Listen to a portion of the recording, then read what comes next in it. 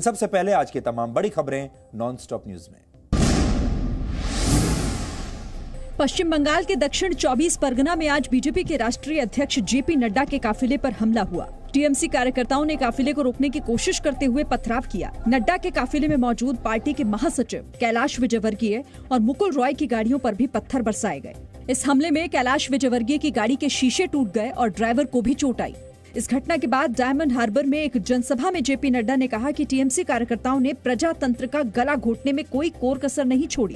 TMC के कार्यकर्ताओं ने और उनके गुंडों ने कोई कसर नहीं छोड़ी थी प्रजातंत्र के गले को दबाने के लिए। ये ज्यादा दिन नहीं चलने वाला है। ममता जी आपकी सरकार जाने वाली है और कमल खिलने वाला है। इसके बाद भी जेपी नड्डा ने शाम को प्रेस कॉन्फ्रेंस करके ममता सरकार पर निशाना साधा। जो ममता जी का बंगाल है वो मैंने आपको एक्सप्लेन कर दिया, वो बंगाल नहीं है। बंगाल वो है जो हम बता रहे हैं। बीजेपी अध्यक्ष 2 दिन के बंगाल दौरे पर हैं और दौरे के पहले दिन भी उनकी सुरक्षा को लेकर विवाद हुआ था। पश्चिम बंगाल बीजेपी के अध्यक्ष दिलीप घोष ने बुधवार को जेपी नड्डा की सुरक्षा में चूक को लेकर गृह मंत्रालय को चिट्ठी लिखी थी, जिसके बाद केंद्रीय गृह मंत्रालय ने नड्डा के दौरे के दौरान गंभीर सुरक्षा खामियों को लेकर पश्चिम बंगाल सरकार से रिपोर्ट मांगी थी। पार्टी अध्यक्ष जेपी नड्डा के काफिले पर हमले के बाद बीजेपी के तमाम बड़े नेताओं की प्रतिक्रिया आई है। केंद्रीय गृह मंत्री अमित शाह ने ट्वीट करके हमले की निंदा की। नड्डा जी के ऊपर हुआ हमला बहुत ही निंदनीय है। उसकी जितनी भी निंदा की जाए वो कम है। केंद्र सरकार इस हमले को पूरी गंभीरता से ले रही है। प्रदेश की शांति प्रिय जनता को जवाब देना होगा। तृणमूल शासन में बंगाल अत्याचार, अराजकता और अंधकार के युग में जा चुका है। हमले के वक्त जेपी नड्डा के साथ मौजूद पार्टी महासचिव कैलाश विजयवर्गीय ने कहा, गुंडागर्दी का जवाब बंगाल की जनता देगी। बहुत ही अक्षम्य अपराध हुआ है और इसकी जितना निंदा की जाए कम है। पुलिस की उपस्थिति में गुंडे अराजकता करते रहे। मैं समझता हूं कि कभी ऐसा लग रहा था मन में कि अपन अपने देश में है कि किसी दूसरे देश में। दिल्ली में किसानों के मुद्दे पर प्रेस कॉन्फ्रेंस करने आए केंद्रीय कृषि मंत्री किसानों पर बोलने से पहले बंगाल पर बोले। कल भी यह समाचार आया था कि जिस प्रकार की सुरक्षा आदरणीय नड्डा जी को अपेक्षित थी वह सुरक्षा नहीं मिली और आज उनके काफिले पर पथराव किया गया है। रक्षा मंत्री राजनाथ सिंह और उत्तर प्रदेश के मुख्यमंत्री योगी आदित्यनाथ ने ट्वीट कर हमले की निंदा की। केंद्रीय कृषि मंत्री नरेंद्र सिंह तोमर ने किसानों को एक बार फिर सरकार के प्रस्ताव पर विचार करने की सलाह दी। उन्होंने किसानों को आश्वासन दिया कि सरकार किसानों की चिंताओं को दूर करने का प्रयास करेगी और वो जब भी बात करना चाहेंगे सरकार तैयार है।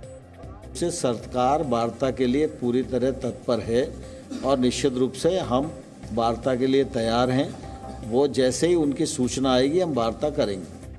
कृषि मंत्री नरेंद्र सिंह तोमर ने कॉन्ट्रैक्ट फार्मिंग में जमीन पर कब्जे को लेकर किसानों की परेशानी को दूर करने और एमएसपी पर लिखित भरोसा देने की बात कही। किसानों को समझाया कि किसानों के पास कोर्ट जाने का भी विकल्प होगा। खेती का देश के जीडीपी में योगदान कैसे बढ़ सकता है, इन सब को समग्रता से ध्यान में रखते हुए हम लोग इन कानूनों को लेकर आए। हमने बहुत अच्छा करने के लिए ही कानून बनाया है। किसानों ने सरकार का प्रस्ताव खारिज करते हुए आंदोलन को और तेज करने की चेतावनी दी। किसानों ने कहा कि 10 दिसंबर का अल्टीमेटम बीत गया है और अब देश भर में रेलवे ट्रैक पर धरना दिया जाएगा।